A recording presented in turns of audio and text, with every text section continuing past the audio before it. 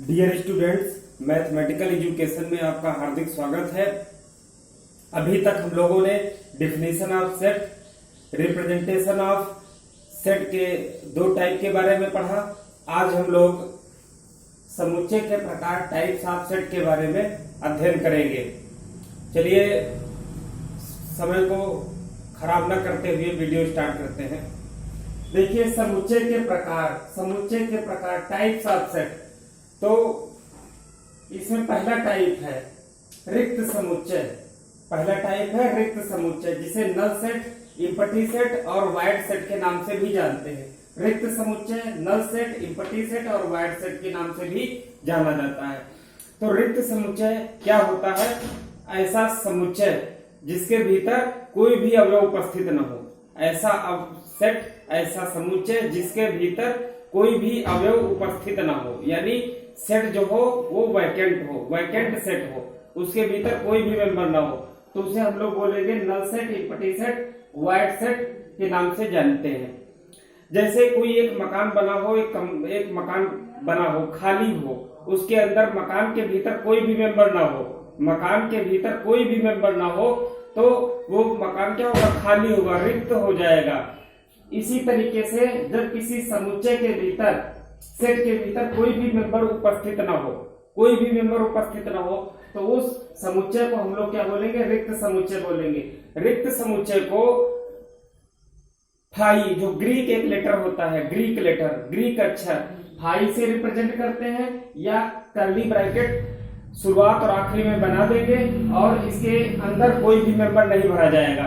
Curly bracket सिर्फ बनाएंगे और इसके भीतर कोई भी मेंबर नहीं भरा जाएगा।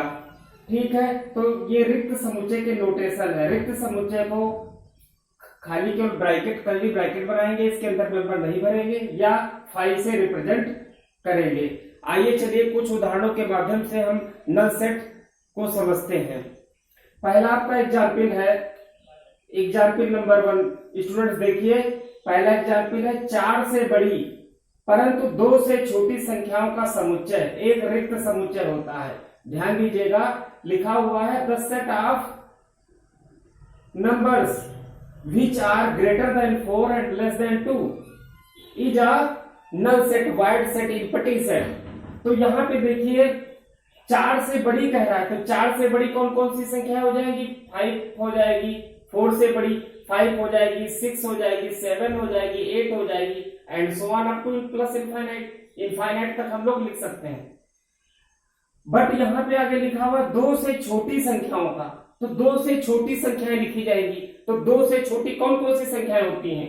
तो 2 से छोटी संख्या 1 होगी, 0 होगा बच्चों, फिर -1 होगा, -2 होगा, -3 होगा, and so on up to minus infinite. देखिए, तो यहाँ पर कोई भी, इस पहले वाले एग्जाम्पल में कोई भी ऐसी संख्याएं नहीं होंगी, कोई भी ऐसी संख्याएं नहीं बनेंगी जो 4 से बड़ी हो परंतु 2 से छोटी हो। ऐसी किसी भी संख्याओं का सेट नहीं बनेगा। संख्याएं संभव ही नहीं है, ऐसी संख्याएं संभव ही नहीं है जो 4 से बड़ी हो परंतु 2 से छोटी हो। अतएव ये रिक्त समुच्चय को रिप्रेजेंट करेगा, रिक्त समुच्चय हो जाएगा। हम आशा करते हैं कि यह एग्जाम्पल आपको समझ में आ गया होगा। चलिए सेकंड एग्जाम्पल, दूसरा एग्जाम्पल हम देखते हैं। दूसरा एग्जाम्पल बच्चों क्या कह रहा है? ये कह रहा है x such that x does not equal to x, एक रिक्त समुच्चय है। कह रहा है x यहाँ पर एक ऐसी संख्या है, x ऐसी संख्या है कि यह x के बराबर नहीं है। मीन्स दैट कोई भी अगर यहाँ पर हमें कोई भी नंबर ले ले, मान लीजिए यहाँ पर हम 5 ले लेते हैं, तो 5 के बराबर सदैव होगी। 20 ले ले, 20 ले ले, तो 20 के बराबर होगी। कोई भी संख्या स्वयं के बराबर जरूर होगी, लेकिन एग्जाम्पल में बताया गया है कोई भी संख्या स्वयं के बराबर न हो। ऐसी संख्याओं का हमें सेट बनाना है, ऐसी संख्याओं का हमें सेट बनाना है जो संख्याएं स्वयं के समतुल्य न हो, स्वयं के इक्वल न हो। ऐसा संभव ही नहीं है कि प्रत्येक संख्या स्वयं के बराबर होती है। यहाँ पे संभव नहीं है कि ऐसी संख्याओं का सेट बना पाना संभव नहीं है कि वह स्वयं के इक्वल न हो, यानी ये भी रिक्त समुच्चय आपका हो गया। अब एग्जाम्पल नंबर 3 देखते हैं। एग्जाम्पल नंबर 3 में बताया गया है x such that x square equal to 4 comma x एक विषम संख्या है। तो बच्चों हम लोग जानते हैं स्टूडेंट्स कि यहाँ पे x की जगह पर एक ऐसी इवन नंबर है 2 है कि 2 का स्क्वायर करेंगे तो 4 मिलेगा, लेकिन यहाँ पर बताया गया है कि x एक विषम संख्या होनी चाहिए, ऑड नंबर होनी चाहिए। तो कोई भी ऐसी ऑड नंबर नहीं होगी, कोई भी ऐसी विषम संख्या नहीं होगी जिसका स्क्वायर प्लस का 4 मिले। अतः कोई भी ऐसा नंबर नहीं होगा जो इस कंडीशन को सेटिस्फाई करे, एक्स स्क्वायर इक्वल टू 4 को सेटिस्फाई करे। कोई भी ऐसा विषम अंक नहीं होगा जो x जो जिसका स्क्वायर करे तो 4 आ जाए, इसलिए यह भी एक रिक्त समुच्चय को प्रदर्शित करेगा, रिक्त समुच्चय का उदाहरण होगा। अब आइए चौथा एग्जाम्पल देखते हैं। चौथा एग्जाम्पल है x such that x square plus 1 equal to 0 comma x एक वास्तविक संख्या है। कह रहा है x is real number such that x square plus 1 equal to 0। तो यहां पर बताया गया है कि किसी रियल नंबर का हम स्क्वायर लें और स्क्वायर करने पर उसमें प्लस 1 ऐड करें तो क्या मिलना चाहिए, 0 मिलना चाहिए। लेकिन जैसे हम लोग शुरुआत करते हैं -1 से, -1 क्या है, -1 रियल नंबर है, तो -1 का स्क्वायर करेंगे कितना आएगा, +1 आएगा। फिर +1 में +1 ऐड करेंगे तो क्या बन जाएगा, 2 बन जाएगा, 0 नहीं आएगा। सिमिलरली इसी तरीके से हम कोई भी रियल नंबर ले लें, +5 ले लें, -3/4 ले लें, √2 ले लें, कोई भी रियल नंबर ले लें, तो रियल नंबर कोई भी ले लें तो उसका अगर हम स्क्वायर करें, स्क्वायर में +1 ऐड करें तो 0 नहीं होगा। इसी वजह से ये रिक्त समुच्चय होगा। अगर बच्चों रियल नंबर आप नहीं जानते हैं तो हमारे द्वारा जो वीडियो बनाए गए हैं रियल नंबर टॉपिक पर एक हमने वीडियो बनाया है, उस वीडियो को आप देख सकते हैं, आपको समझ में आ जाएगा कौन सी रियल नंबर होती हैं। चलिए अब हम समुच्चय के दूसरे प्रकार के बारे में जानते हैं। समुच्चय के दूसरे प्रकार के बारे में जानते हैं। तो देखिए यहाँ पर टाइप्स ऑफ सेट का दूसरा टाइप है एकल समुच्चय। क्या है, एकल समुच्चय। तो एकल समुच्चय को हम लोग कहते हैं सिंगलेटल सेट बोलते हैं। स्टूडेंट्स क्या बोलते हैं, सिंगलेटल सेट बोलते हैं। तो ऐसा समुच्चय जिसमें केवल एक ही अवयव उपस्थित होता है, ऐसा सेट जिसके भीतर केवल एक ही मेंबर हो, उस सेट को हम लोग क्या बोलेंगे, एकल समुच्चय बोलेंगे, यानी सिंगलेटल सेट बोलेंगे। फॉर एग्जाम्पल देखिए फर्स्ट एग्जाम्पल क्या कह रहा है। पहला एग्जाम्पल कह रहा है x such that x - 2 equal to 3 एकल समुच्चय है। अब बच्चों यहाँ पर देखिए, यहाँ पर x की जगह पर ऐसी संख्याओं को रखना है कि उसमें में से 2 अगर सब्ट्रैक्ट करें तो 3 मिले। तो यहाँ पर x की जगह पर ओनली केवल 5 होगा, केवल 5 होगा। 5 में से 2 जब हम सब्ट्रैक्ट करें तभी 3 मिलेगा। 5 के अलावा कोई भी संख्या यहाँ पर अगर हम रखते हैं तो 3 नहीं प्राप्त होगा। इस वजह से केवल एक ऐसी संख्या 5 है जो x - 2 बराबर 3 को संतुष्ट करती है, इसलिए यह एकल समुच्चय हो जाएगा। देखिए एकल समुच्चय कर्ली ब्रैकेट के भीतर हमने इस 5 को रखा हुआ, ये क्या हुआ, एकल समुच्चय का उदाहरण हो गया। थर्ड देखिए, भारत की महिला राष्ट्रपतियों का समुच्चय एकल समुच्चय है। भारत की महिला राष्ट्रपतियों का समुच्चय एकल समुच्चय है जिसका एकमात्र अवयव प्रतिभा पाटिल जी है। तो आप लोग ये जानते हैं, ये थर्ड एग्जाम्पल एकल समुच्चय का थर्ड एग्जाम्पल देखिए। तो देखिए अभी तक केवल प्रतिभा पाटिल जी महिला राष्ट्रपति हुई हैं, इनके अतिरिक्त कोई भी महिला राष्ट्रपति नहीं हुई है। इस वजह से यह एकल समुच्चय को निरूपित करेगा, सिंगलेटल सेट को निरूपित करेगा। अब टाइप्स ऑफ सेट समुच्चय के प्रकार के तीसरे प्रकार के बारे में पढ़ते हैं। तीसरा प्रकार क्या है, परिमित समुच्चय है। बच्चों हमने परिमित समुच्चय को ये लिखा नहीं है इंग्लिश में, इसको कहते हैं फाइनाइट सेट बोलते हैं। क्या बोलते हैं, फाइनाइट सेट बोलते हैं। तो फाइनाइट सेट क्या होता है, ऐसा समुच्चय जिसके भीतर अवयवों की संख्या सीमित हो, ऐसा सेट जिसके भीतर अवयवों की संख्या नंबर ऑफ मेंबर्स सीमित हो, यानी ऐसा समुच्चय जिसके भीतर अवयवों को गिना जा सके, ऐसा समुच्चय जिसके भीतर उपस्थित अवयवों को हम लोग गिन सकते हैं, काउंट कर सकते हैं।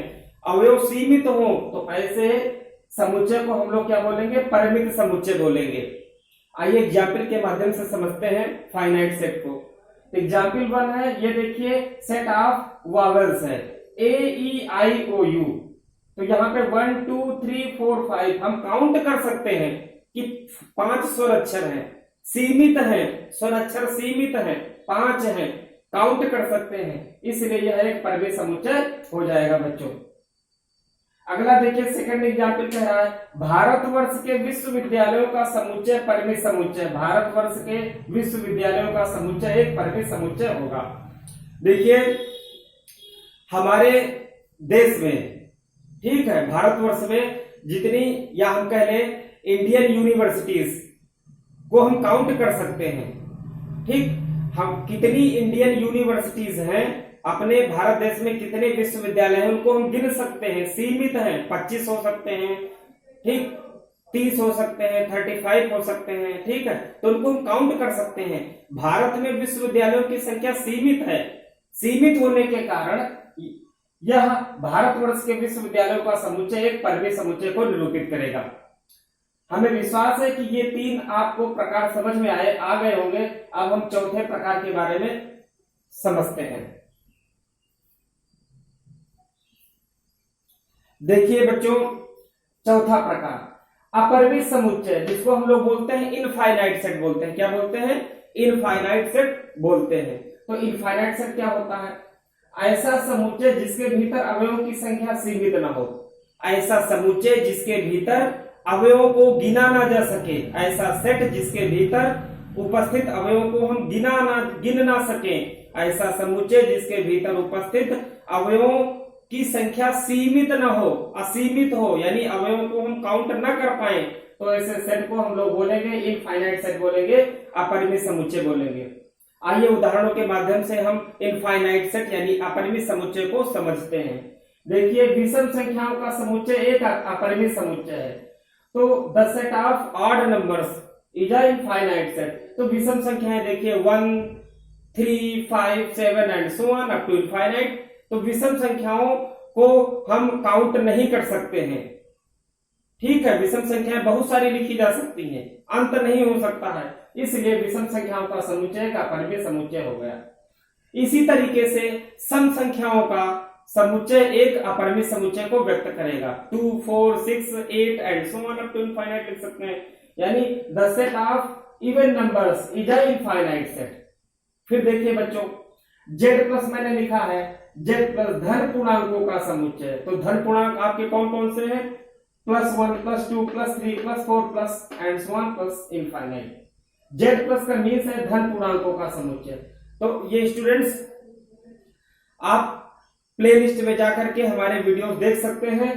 हमने इसके पहले वाले वीडियो में हमने सभी नोटेशंस का जिक्र किया है। z प्लस क्या होता है, z माइनस क्या होता है, q क्या होता है, r क्या होता है, c क्या होता है।